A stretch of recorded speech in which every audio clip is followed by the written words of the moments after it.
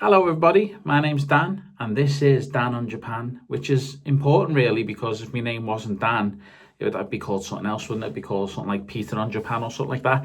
But Dan on Japan kind of works. So it's quite fortunate that my name is Dan or Daniel or Danny. I hate Danny. Why did I make this channel when I live in England? Well, I've travelled to Japan a lot. I've travelled to Japan about 5 or 6 times and probably next year 7 times. And a lot of them times I've gone to Japan solo. And I just wanted to kind of talk about my times in Japan, my opinions about all things Japan, and show you this. Isn't that cool? The Yamanote line. I think it's called the Yamanote line, something like that. And yeah, I made this channel because I just love the culture of Japan and I just love everything about it. I just watch videos on it. Of an evening, I'll just watch 4K walks in Japan. And I just wanted to share my experiences of the place and what I would do in the future in terms of living in Japan. And that brings us on to the question. At the age of, you're not going to believe this, 39, approaching 40, I know, I look beautiful. I look about 28. Would I move to Japan at this age solo? And it's a difficult question to answer because you think the immediate answer would be, yeah, I've moved there tomorrow. Easy. But I don't know if I would.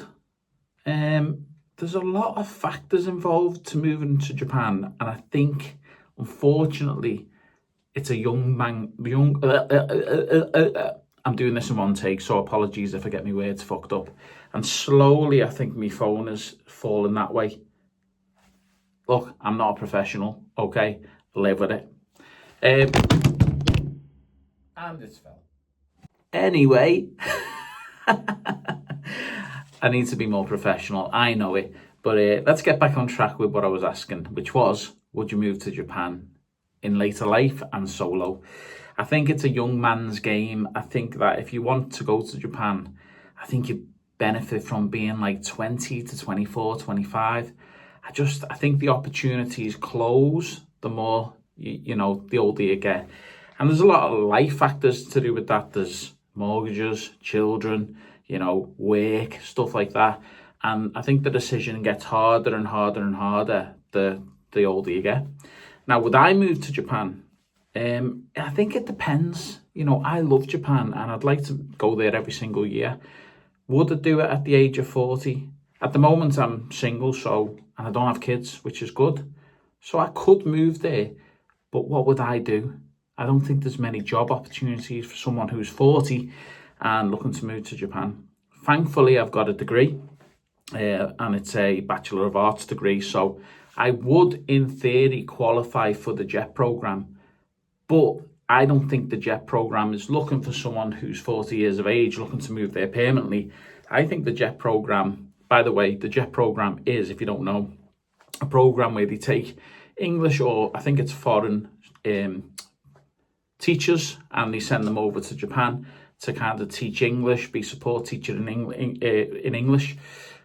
And I think they're looking for 20-year-olds to 23, 24, maybe 25. But 40, I don't think they'd be too interested in that. And I would apply for that, but I just think it wouldn't happen. Now, if you've been accepted by the JET program or you're teaching English in Japan at the age of 40 and you moved there recently, let me know in the comments because I'd be so interested to know how that experience was for you. Was it easy to do? Was it not? I think the only way I would move to Japan is, say, if this channel, Dan on Japan, took off and I had enough followers and enough money, really, to quit the job I have here, to sell my house and to move to Japan to do permanent Japanese content. But that would take thousands and thousands and thousands of subscribers. And unfortunately, I'm not in Japan to build that content. But I can do these kind of videos to discuss my love for the place and, you know, talk about a few things about potentially moving there in the future. So would I move there now at 40? Only if the opportunity presented itself and I'd had a secure, structured career that I'd be walking into. Hence why you should subscribe to this channel and like the video. Okay, yeah, I think that's about it. we've had a mishap, we've had an introduction, you know about the channel now. I want to speak a lot about Japan on this channel. It's going to get a lot better. There'll be better cuts, there'll be better videos, there'll be better lighting. I just wanted to do this video to kind of say hello to everyone. Hopefully one day I start doing kind of podcasts. Again, I've got the microphone, the setup and the PC to do that. And speak to people who live in Japan, you know, maybe people who've moved from abroad in Japan. Hey, that would be the ultimate goal, to do a podcast with him. But just to speak to people who've moved over there and kind of get their vibe about how it is living in Japan. When I've went over there solo, I found that it is amazing, but I could imagine it becoming quite lonely, because Japanese people do approach you, they are polite, they do, you know, come and have a drink with you at the pub, but I can't see a world where you go there.